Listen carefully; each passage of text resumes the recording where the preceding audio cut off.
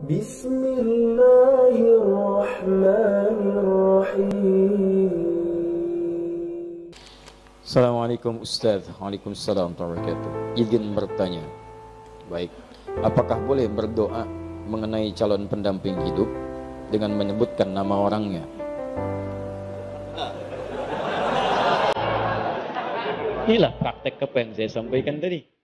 Ya, orang ke masjid mau subuh dia tambah saya doa minta pendamping hidup dia. Baik, boleh nggak menyebutkan orangnya? Boleh, tidak ada larangan. Tidak ada larangan. Kalau antum ingin mohon kepada Allah kemudian meminta, silakan. Ya, ud'uni astajib lakum, minta kepada aku akan jawab. Tapi siapa yang dimintakan itu lihat syarat-syarat perempuan yang bisa dinikahi. Ya, siapa yang antum kan calon pendamping? Siapa calon pendampingnya? Pertama, pastikan bahwa calon pendamping antum itu benar. Quran surah ke-49 ayat 13. Ya ayyuhan nasu inna khalaqnakum min dzakarin wa untha. Duhai manusia, kami ciptakan kalian dari laki-laki dan perempuan. Wa ja'alnakum syu'uban wa qabaila lita'arafu. Kami jadikan kalian mungkin beda tempat tinggal. Beda kabilah, beda suku, beda mungkin RT, RW, kecamatan sampai beda negara. Lita'arafu supaya saling mengenal. Dengan ta'aruf itu mengetahui, menjalinlah kemudian hubungan kasih sampai ke pernikahan. Tapi siapa yang menikah? Zakar dan unta. Tidak ada zakar dengan zakar atau unta dengan unta. Jadi kalau antum laki-laki, pastikan yang dimohonkan pada Allah pasangan antum perempuan. Itu kaidah pertama. Kalau antum perempuan, minta kepada Allah pasangannya laki-laki. Jelas ya? Jadi nggak ada istilahnya laki-laki. Ya Allah, anugerahkan aku si dia ya Allah. Mohon ya Allah. Saya Asep, mohon jadikan Andi pasangan saya. Sudah menyalahi. Nggak mungkin dikabul antum. Paham ya?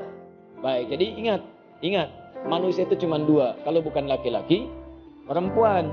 Bagaimana Ustadz kalau perempuan pengen jadi laki-laki, laki-laki pengen jadi perempuan? Itu artinya dia sedang keluar dari fitrah kemanusiaannya. Paham? Setiap makhluk Allah berpasangan. Quran surah ke-51 ayat ke-49. Wa min kulli syai'in khalaqna zawjaini la'allakum tadhakkarun. Ya, semua hal makhluk kata Allah saya ciptakan berpasangan supaya kamu sadar, cuman saya yang tidak punya pasangan. Saya Esa, saya Allah, saya nggak punya pasangan. Semua makhluk saya ciptakan berpasangan. Ya, laki-laki, perempuan, bahkan hewan ada jantan, ada betina, bahkan tumbuhan ada putik, ada benang sari. Putik nggak bisa sendirian, benang sari nggak bisa sendirian. Ya, sama juga dengan jantan, ada betinanya. Silahkan cek oleh antum, kemarin baru Idul Adha, ada jantan, ada betina. Silahkan cek, antum pernah menemukan kambing homo? Atau sapi lesbi misalnya? Tak pernah antum temukan. Pak, ini diskon Pak 5%, kenapa? Homo kambingnya? Nggak ada yang begitu. Di kambing saja tahu dengan instingnya menemukan pasangannya. Masa antum yang punya akal nggak ketemu pasangannya? Ya, paham ya? Nah, jadi teman-teman sekalian, kalau menemukan misalnya ada yang seperti itu, berarti itu ada kelainan, ada penyakit, didoakan, dibantu supaya kembali. Dibantu supaya kembali. Paham sampai sini? Itu syarat yang pertama, pastikan tuh laki-laki. Kalau perempuan yang minta. Pastikan perempuan kalau laki-laki yang minta. Yang kedua, teman-teman sekalian, pastikan bahwa niat untuk menikah itu meniatkan untuk ibadah. Ini mempercepat pengabulan. Niatkan untuk ibadah. Makanya ketika menyebutkan ayat nikah, kalimatnya langsung pada ayat penggunaannya. Ada ayat, itu diterjemahkan, musab terjemah dengan tanda. Padahal bukan sekedar tanda. Tanda itu dalam bahasa Arab bisa alamah. Alamah itu tanda. Diserap ke dalam bahasa Indonesia. Jadi alamat. Alamat. Apa itu alamat? Tanda yang mendekatkan pada tujuan. Di mana alamat Masjid Nur Said? Di sana, begitu tahu alamatnya, semakin dekat ke tujuan, mudah menjangkaunya. Nah, kalau antum ingin mendekat kepada Allah, ada tandanya. Tanda yang mendekatkan antum kepada Allah disebut dengan ayat namanya. Ayat, tanda yang mendekatkan diri kepada Allah. Isi Al-Quran disebut dengan ayat. Kenapa disebut dengan ayat? Karena setiap antum baca Al-Quran, lebih dekat keadaan antum dengan Allah. Ya, Quran misalnya surah ke-8. Ya, Al-Anfal ayat kedua. Innamal mu'minuna alladhina idza dzukirallahu wajilat qulubuhum wa idza tuliyat 'alaihim ayatuhu zadatuhum imana wa 'ala rabbihim yatawakkalun. Sungguh orang-orang beriman itu kalau disebut nama Allah ada getaran dalam jiwanya. Ada hal yang berbeda. Allahu akbar, Allahu akbar, bergetar jiwanya. Ya Allah, sudah ada panggilan. Ya, walaupun antum di kendaraan dengar azan ada getaran. Allahu akbar, Allahu akbar. Tahu bentar ya. Wah, ada persoalan. Orang beriman itu beda, getaran dalam jiwanya. Wa idza tuliyat 'alaihim ayatu, kalau dibacakan sama dia ayat-ayat Allah, zadatum imana. Ya, bertambah keimanannya. Wa 'ala rabbihim yatawakkalun, ada sandaran yang kuat kepada Rabbnya. Nyandar, ada ketenangan dalam jiwanya. Itu ayat. Makanya isi Quran disebut ayat. Salat itu ayat, mendekatkan kita dengan Allah. Makanya ketika antum menunaikan salat ada ketenangan di dalam jiwa. Gak percaya silahkan. Ya, antum masuk tempat sholat, musola, masjid, tempatnya aja udah tenang. Puncak tempat sholat tuh di Baitul Haram, Ka'bah, Masjidil Haram. Itu puncaknya, kiblatnya di situ. Ketika Allah menyebutkan pertama kali Ka'bah sebagai tempat untuk pusat ibadah, disandingkan ketenangan di dalamnya. Quran surah kedua ayat 125, paling kanan pertengahan.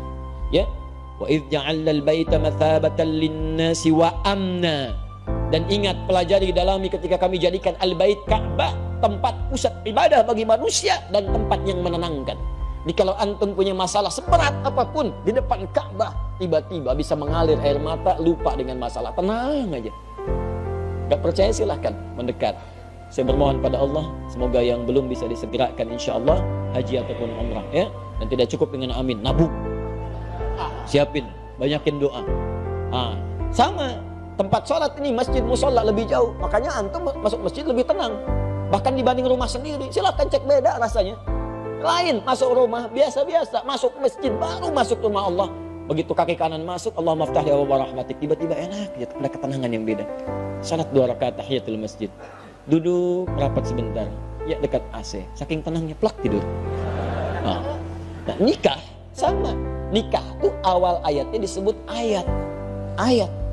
Silahkan Quran surah 30 ayat 21. Wa min ayatihi, di antara tanda-tanda yang mendekatkan seseorang kepada Allah, an khalaqalakum min anfusikum azwaja, kami jadikan setiap diri itu bisa berpasangan untuk menikah. Di niat nikah itu pertama kali bukan hanya memadukan rasa rindu, memadu kasih, ya, menyatukan dua insan yang saling ingin bersatu. Bukan cuma itu, niat sesungguhnya itu ibadah. Jadi kalau antum ingin dipercepat oleh Allah pengabulan doanya, niatkan untuk ibadah. Ya Allah, pasangkan aku dengan dia ya Allah, supaya aku bisa juga menghafal Quran seperti dirinya yang sudah hafal Al-Quran. Ya Allah, jika memang Engkau berkehendak dengan penyatuan ini, jadikan kami ya Allah pasangan yang selalu senantiasa menunaikan salat kepadamu, menjaga dalam kebaikan, menjauhi maksiat. Kami ingin menjadi pasangan yang diabadikan olehmu sampai ke surga ya Rabb. Indah. Jadi begitu antum minta kepentingan untuk ibadah, maka Allah akan jaga itu dan mempercepat kemuliaan-kemuliaannya. Disatukan dengan yang terbaik antum. Makanya kalau ada yang sudah berumah tangga sampai sekarang, belasan puluhan tahun, tapi dengan rumah tangganya belum dekat dengan Allah, pasti ada yang salah dalam rumah tangganya. Ya, paham sampai sini? Baik, makanya sekarang ini saya lihat banyak perubahan-perubahan. Orang mau menikah, maharnya itu sudah pakai bacaan Quran tambahan.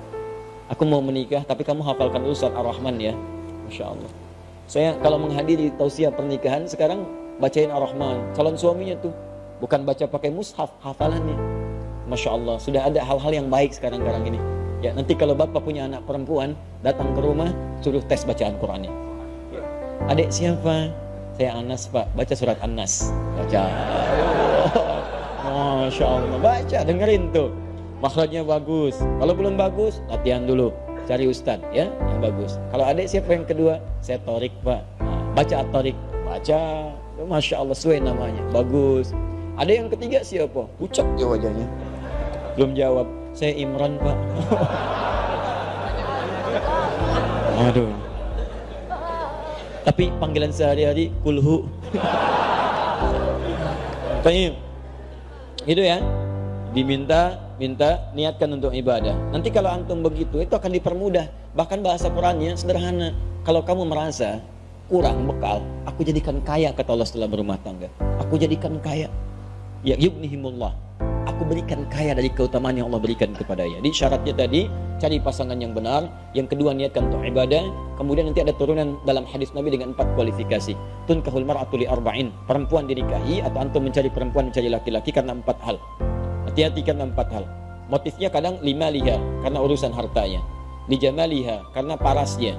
Ya, kemudian linasabiha, karena urutan latar belakangnya. Tapi lidiniha itu yang paling utama, karena ketakwaan dan agamanya. Fadfar bidzatid dini taribat yadak. Kalau ada yang bagus agamanya, maka utamakan itu, maka Anda akan beruntung dalam kehidupan. Ya, tapi sekali lagi boleh menyebutkan nama jika memang syarat-syarat itu sudah antum siapkan, antum memenuhinya, silahkan berikhtiar kepada Allah dan dengan catatan dia bukan istri orang lain.